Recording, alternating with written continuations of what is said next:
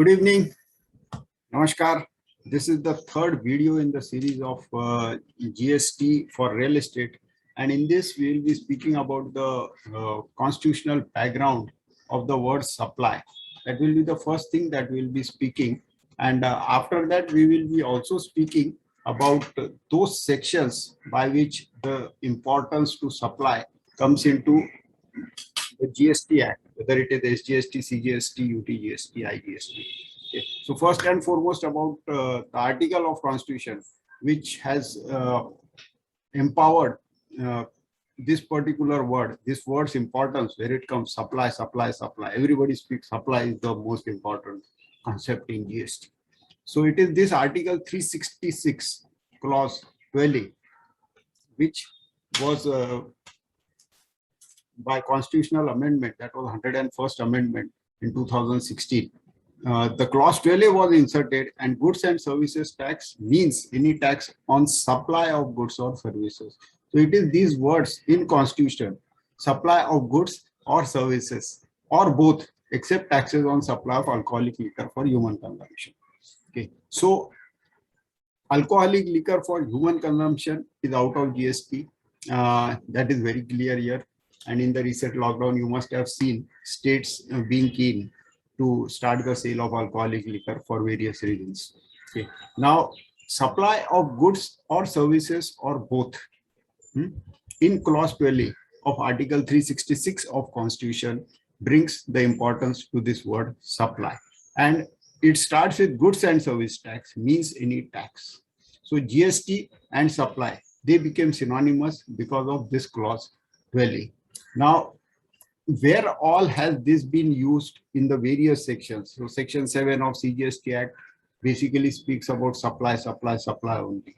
Okay. But in today's video, what we'll be discussing is CGST and SGST is charged on what type of supplies.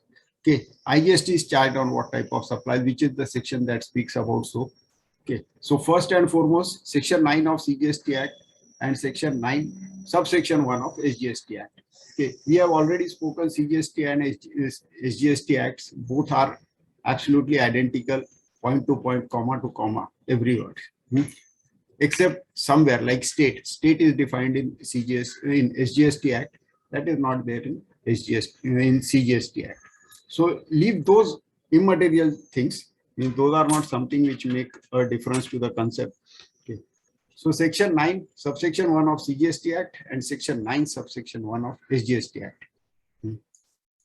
Section 9, subsection 1 of CGST Act says CGST shall be levied on all intra-state supplies of goods and services. Whereas the same section in SGST Act says SGST shall be levied on all intra-state supplies of goods or services or both. And so we say that for all intra-state supplies, means within the state, CGST as well as SGST, both shall be charged. So it is this section 9, subsection 1 in the respective acts of CGST and SGST, which bring that the chargeability of CGST as well as SGST. Next comes UTGST Act. Now here it is not section 9, it is section 7. Many people there also speak section 9, but it is section 7, subsection 1 that speaks about intrastate supplies of goods or services.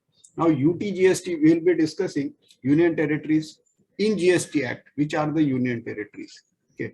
In some other perspective, union territories might be something else, but in GST, for UTGST purpose, which are the union territories, we will be discussing. And just to tell you briefly, those union territories with their own legislation, they are not the ones which are considered as union territories in GST. Next, section 5 of IGST Act speaks, IGST shall be levied on all interstate supplies. The word is interstate supplies. So we'll go into the details in subsequent videos, but it is within the two different states, the supply starts from one state and it is terminated in another state. But it is this section 5 of IGST Act, which says that IGST shall be levied on interstate supplies. Now, interstate supplies are nowhere dealt in CGST Act or SGST Act or UTGST Act, but only in this section 5. So we always say interstate hai, to IGST lagega. It is because of this Section 5 of IGST Act. Below is a summary. CGST and SGST both are levied on intrastate supplies, only IGST on interstate supplies, and CGST plus UTGST wheresoever there is a supply within the union territory. I spoke about union territories, and now coming to the union territories as they are defined in UTGST Act. So Section 2 Clause 8 defines union territories. So first and foremost, Andaman Nicobar, that is already there. Lakshadweep, Dadra and Nagar Haveli, and Daman and Diu. Earlier these were two different in even UTGST Act, then they have merged and now both together are a single union territory. Ladakh, after the reorganization of Kashmir and 370 being removed, Ladakh is recognized as a separate union territory in UTGST Act. Chandigarh also is a union territory for UTGST purpose. But you will see here, Delhi is not a union territory. Okay, many people, there is a real estate development, there are huge businesses in Delhi, but Delhi has its own legislation and Delhi so has its own SGST Act. Delhi does not come under UTGST Act. Okay. Similarly, Puducherry also has its own legislation. Puducherry also comes under SGST Act. Puducherry is not covered under UTGST Act. Okay.